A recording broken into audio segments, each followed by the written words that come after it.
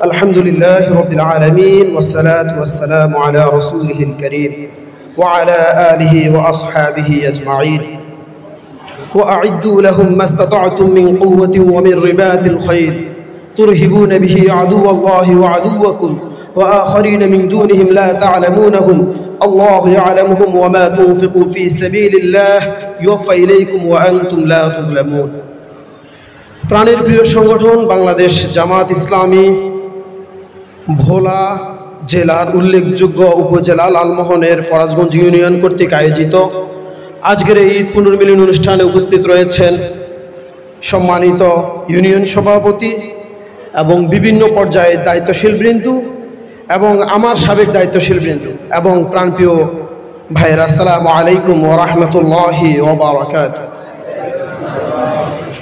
মহান রব্বুল আলামিনের কাছে লাখ কোটি শুকরিয়া আদায় করছি, যিনি সকল ব্যস্ততার মাঝেও আমাদেরকে সমবেত হওয়া তৌফিক দান করেছেন। এই জন্য আবার শুকরগুজার করছি, আলহামদুলিল্লাহ। আমি খুব স্বল্প কথার মধ্যেই শেষ করব। তো আমি প্রথমেই একটি কোরআন মাজিদ থেকে একটি আয়াত তেলাওয়াত করেছিলাম, ওয়া'আইদ্দু লাহুম মাসতাতা'তুম মিন কুওয়াতিন ওয়া মিন রিবাতিল খাইর, অর্থাৎ তোমরা প্রস্তুত হও, সর্বোচ্চ প্রস্তুতি নাও তাদেরকে মোকাবেলা করার জন্য। এখানে তাফসীরকারগণ এই প্রস্তুতির জন্য এক একজন এক একভাবে ব্যাখ্যা করেছে। তবে আমাদের বাস্তবতার প্রেক্ষাপটের আলোকে এটার যে প্রস্তুতির যারায় সেই রকম হচ্ছে যে আমাদের শারীরিক, মানসিক, অর্থনৈতিক, কৌশলিক, সাংগঠনিক, প্রশিক্ষণিক এবং যোগাযোগ ব্যবস্থার বিষয়টা বলা হয়েছে। এই কয়টি বিষয় নিয়ে যদি আমরা কাজ করি তাহলে আলহামদুলিল্লাহ আমাদের ফরাজগঞ্জ ইউনিয়ন হবে পুরো জেলার মধ্যে একটি উল্লেখযোগ্য জেলা, যেখানে সবার কাছে আদর্শ ইউনিয়ন হিসেবে রূপান্তর হবে ইনশাআল্লাহ। তো এখানে এক নম্বর হচ্ছে শারীরিক এবং মানসিক। আপনারা জানেন যে বাংলাদেশ জামাত ইসলামী ভোলা 3 আসনের জন্য একজন সংসদ সদস্য প্রার্থীকে মনোনীত করেছেন এবং মহতারাম আমাদের মাঝে উপস্থিত হবে এবং গুরুত্বপূর্ণ আলোচনা পেশ করবেন। তো আমি একজন সংসদ সদস্যকে নির্বাচিত করার জন্য আমাদের কি দায়িত্ব রয়েছে? একজন সংসদ সদস্য আমাদের জামাত ইসলাম থেকে আমাদেরকে দিলেন, তার মানে কি তিনি প্রার্থী হয়ে যাবেন, তিনি সংসদ সদস্য হয়ে যাবেন?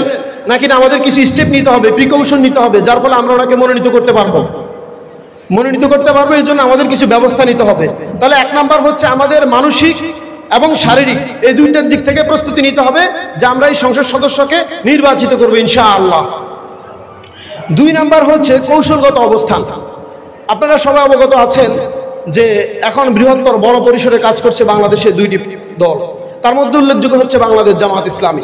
তবে আমরা কোনো প্রতিপক্ষকেই কখনো ছোট করে দেখি না এবং দেখার কোনো সুযোগ নাই।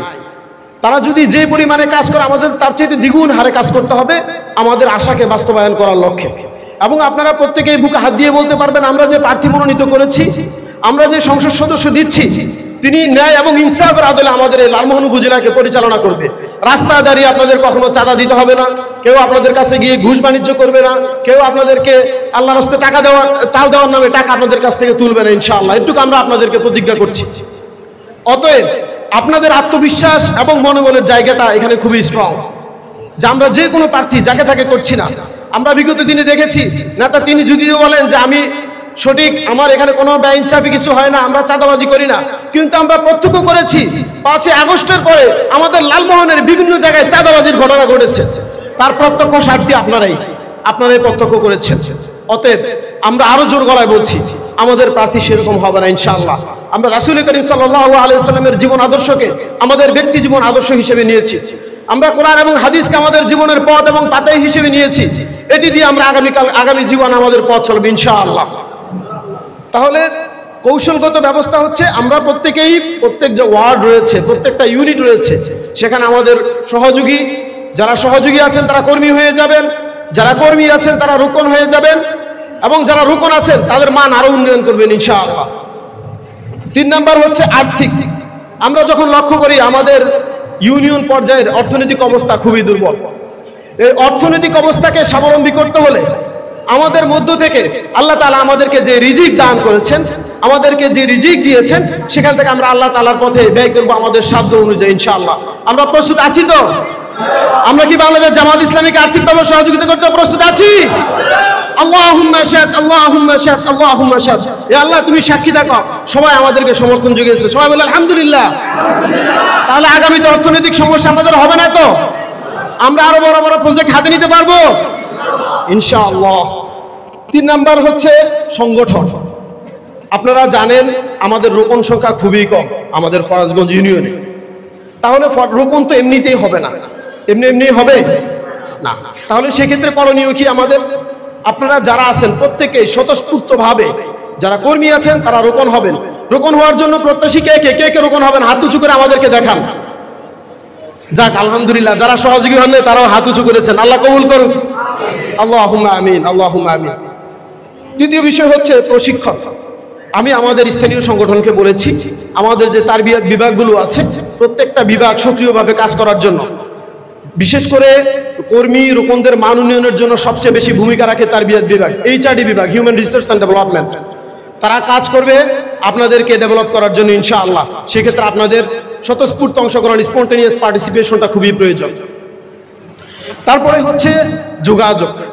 আজকে আপনি এখানে এসেছেন, আপনার কলিজার টুকরা সন্তান সে মাদকাসক্ত হয়েছে, আপনার কলিজার টুকরা সন্তান অবৈধ পথে চলে গেছে, আপনার কলিজার টুকরা সন্তান এমন ব্যক্তির পিছনে ঘুরছেন যিনি তাকে অস্ত্র হাতে দিয়ে বলে চলো।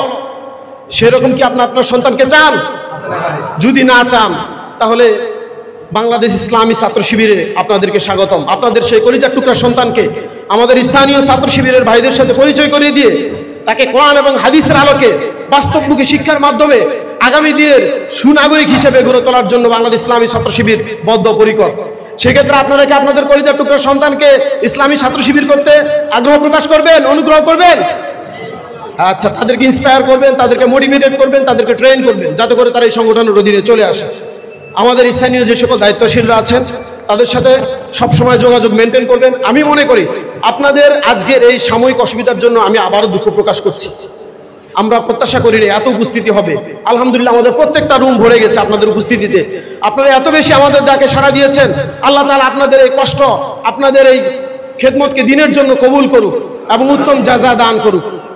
আমি আমার সংক্ষিপ্ত কথা এখানে শেষ করছি। ওয়া আখিরু দাওয়ানা আলহামদুলিল্লাহি রাব্বিল আলামিন। আসসালামু আলাইকুম ওয়া রাহমাতুল্লাহি ওয়া বারাকাতুহু।